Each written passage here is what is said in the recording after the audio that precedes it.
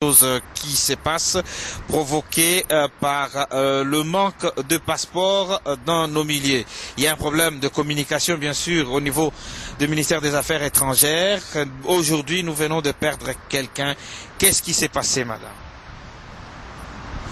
En fait, il était parti en vacances au Côte d'Ivoire et dès qu'il arrive en Côte d'Ivoire, il a passé ses vacances. Pour son retour, en fait déjà il est tombé malade là-bas. Et son retour c'était prévu pour le 23 janvier. Il arrive à l'aéroport. Ils n'ont pas voulu laisser passer le fait que son passeport, c'était pas un passeport biométrique. Il a montré sa pièce d'identité, comme il était résident ici en France. Et son passeport, l'ancien passeport est encore valide jusqu'en 2011. Mais ils n'ont pas voulu le laisser passer parce que l'État congolais a donné des ordres par rapport en Côte d'Ivoire que toutes les personnes qui n'ont pas de passeport biométrique ne pouvaient pas passer. Ce qui s'est fait qu'il retourne encore à Abidjan. Et le lundi, on a commencé à prendre des contacts par rapport à l'ambassade de Congo à Abidjan. Et malgré ça, ils ne pouvaient pas trouver des solutions. Ils ont proposé de prendre des photos, d'envoyer des photos à Kinshasa, mais par contre, il fallait attendre 2 semaines. Ça allait prendre 2 semaines. Donc, les Congolais, quand ils disent 2 semaines, pour eux 2 semaines, ça peut prendre 2 mois, 1 mois. Alors, la seule chose, comme il était vraiment malade, on a décidé de le rapatrier. On a commencé à faire des démarches. On a trouvé un médecin ici qui a pris contact avec un médecin là-bas, à l'hôpital d'Abidjan. Et il avait rendez-vous le jeudi 28 janvier 2010, à 11h, dès qu'il arrive à l'hôpital. Il est rentré dans le bureau, il s'est assis, et c'est là qu'il était décédé. Donc pour moi, je trouve ça un peu con par rapport à ces histoires de passeport. Parce que son passeport était valable. Donc c'est ça que j'ai pas compris. Il avait une pièce d'identité de résident ici en France. Comment ils ont pu le compliquer, quoi? Parce qu'ils disaient même s'il arrivait au Maroc, comme son billet, il fallait faire l'escale au Maroc, ils allaient le renvoyer à Abidjan, le fait qu'il est monté par là-bas, et l'Abidjan allait le renvoyer à Kinshasa. Le problème, c'est que depuis qu'il est en France, c'est la première fois qu'il part en Afrique. Mais il ne savait pas quoi faire, il ne savait pas quelle démarche faire. La moindre chose, il fallait même mettre des informations à l'aéroport ou là où il avait pris son billet, on aurait pu le renseigner. Donc pour moi, la seule solution que j'ai trouvé le mieux pour faire bouger les choses. Donc je vais porter plainte à l'État congolais pour voir après ce qui va se passer. Parce que ce qui est arrivé à Brali, ça peut arriver à vous, ça peut arriver à votre frère, à votre mère, à votre père, à votre fils, à votre fille, à vos petits-enfants. Donc j'aimerais bien que beaucoup de gens puissent réfléchir à tout ça, qu'on puisse faire bouger les choses. Parce que même ici en France, ils ont changé les passeports sont biométriques. C'est pas pour cela que, malgré ça, il y a des gens qui utilisent toujours leurs anciens passeports. Donc j'aimerais bien qu'on trouve une solution. Malgré qu'ils disent qu'il faut changer les passeports, si on y va à l'ambassade de Congo ici à Paris, il n'y a pas de passeport. Même les personnes qui travaillent là-bas à l'ambassade, ils n'ont même pas de passeport biométrique. C'est ça que j'ai du mal à comprendre. Voilà. Et voilà, son passeport était valable. Est-ce qu'on peut savoir son passeport était valable jusqu'à quand? En 2011, jusqu'en 2011. Jusqu'en 2011. Et est-ce qu'on peut, puisque jusque-là on n'a pas encore connu son nom, il s'appelait comment et quel est votre lien de parenté avec Il s'appelle Brali Nsing Ilmango. Il est né le 28 mars 88. Il aurait eu 21 ans. Le 28 mars. Il est décédé le 28 janvier 2010. C'est mon petit frère. En fait, c'est le dernier. En fait, il était derrière moi, quoi. Après moi, c'était lui. Donc justement, c'est par un manque de passeport que cet événement est arrivé, parce que sinon, il serait arrivé ici et soigné comme il faut. Et surtout, pour moi, c'est plus par manque d'informations.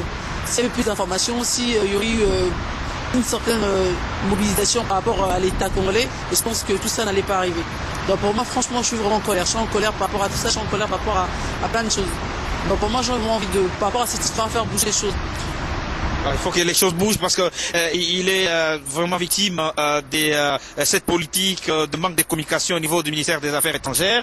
Est-ce que à votre niveau, et puis par rapport au coût de rapatrier le corps ici, comment ça se présente? En fait, je me suis renseigné pour... je suis allé au pompe funèbre hier, quand j'ai appris la nouvelle. Donc rien que pour rapatrier le corps, le prix le plus moins cher, c'est à 7 000 euros.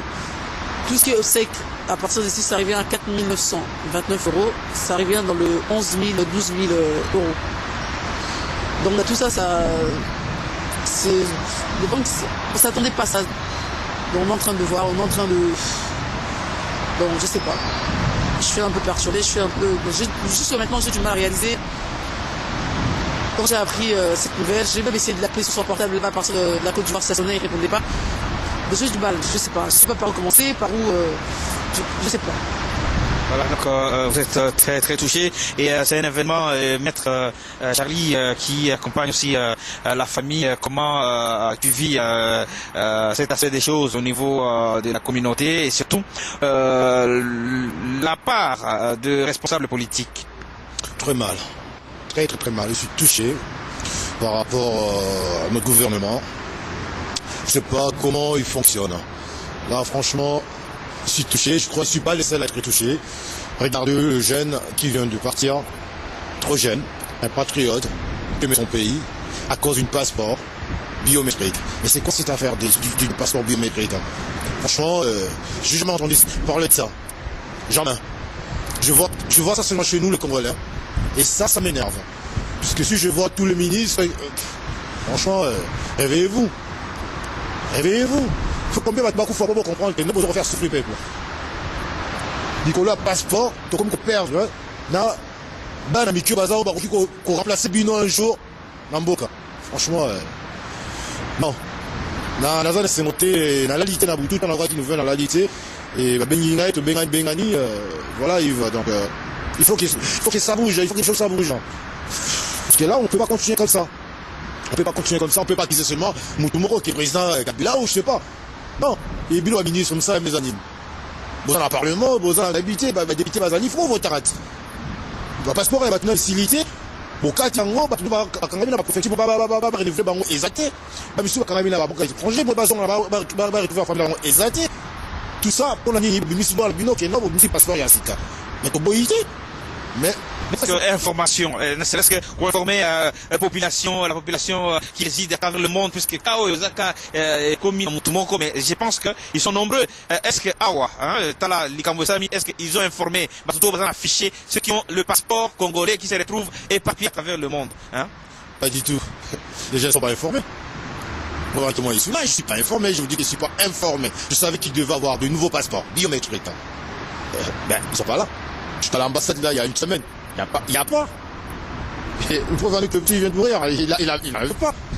Il avait un passeport valable. Il avait un passeport valable jusqu'à 2011. Mais attends, il devait voyager. Il voyageait avec ça, non? Il fallait azon à l'aéroport. Mais bah, l'eau, on est abîmaté, mais abîma azon raté. Mais non. Voilà, vraiment, on n'est pas d'accord. Moi, je suis pas d'accord. Donc, bon, changer loi, la bino, bon, c'est la seule qui est, le passeport est commis, bon, livré, bah, tout. Là, on retient la bino roule dans 2 ans, dans 3 ans, c'est pas parce que vous allez expirer. Et puisque là, il y a encore des passeports sur un cours. Bon, c'est le moins plus qu'ici en France. Tout le monde y a un mot, passeport biométrique, ils ont laissé le temps aux gens de finir d'abord leur passeport. Mais bino, bon, Kati Batuné, non, mais évitez. Bon, on se le monnaie. C'est pas comme ça. Je dis c'est dommage, dans les pays occidentaux, c'est pas comme ça. Quand il y a ce genre d'informations, ils préviennent de moi 6 mois, même 1 an à l'avance. Ils auraient dû faire ça aussi, ça va éviter ce drame dramatique. Ce drame plutôt. Voilà, merci. Est-ce que vous avez un message à la fin et à adresser aux autorités, à la famille peut-être qui vous regardent à Kinshasa et à travers le monde? Les autorités, pour moi, ils devraient plus changer ce loi qu'ils ont mis, qu'il faut absolument que les gens puissent avoir ce passeport biométrique. Ça ne me dérange pas. Mais c'est plus que par rapport que certaines personnes qui ont encore leur passeport qui est valable, qu'on puisse au moins leur laisser accès au retour ici en France ou dans d'autres pays. Pour la famille, pour l'instant, on attend pour le rapatriement du corps. On essaye de rapatrier le corps ici en France. Donc j'espère d'ici la semaine prochaine que le corps sera là. Voilà. Et en attendant, quel est le programme et au niveau directement ça se passe où peut-être que ça sera une occasion pour qu'ils soient informés sur la suite. Donc ça se passe dans le 19e, dans le métro Stalingrad, 22 rue Gaston Rumifat. En fait, c'est juste au métro, dès que vous sortez du métro, vous demandez Brali à n'importe quel enfant, à n'importe quel jeune, ils vont directement vous montrer la maison. Merci beaucoup.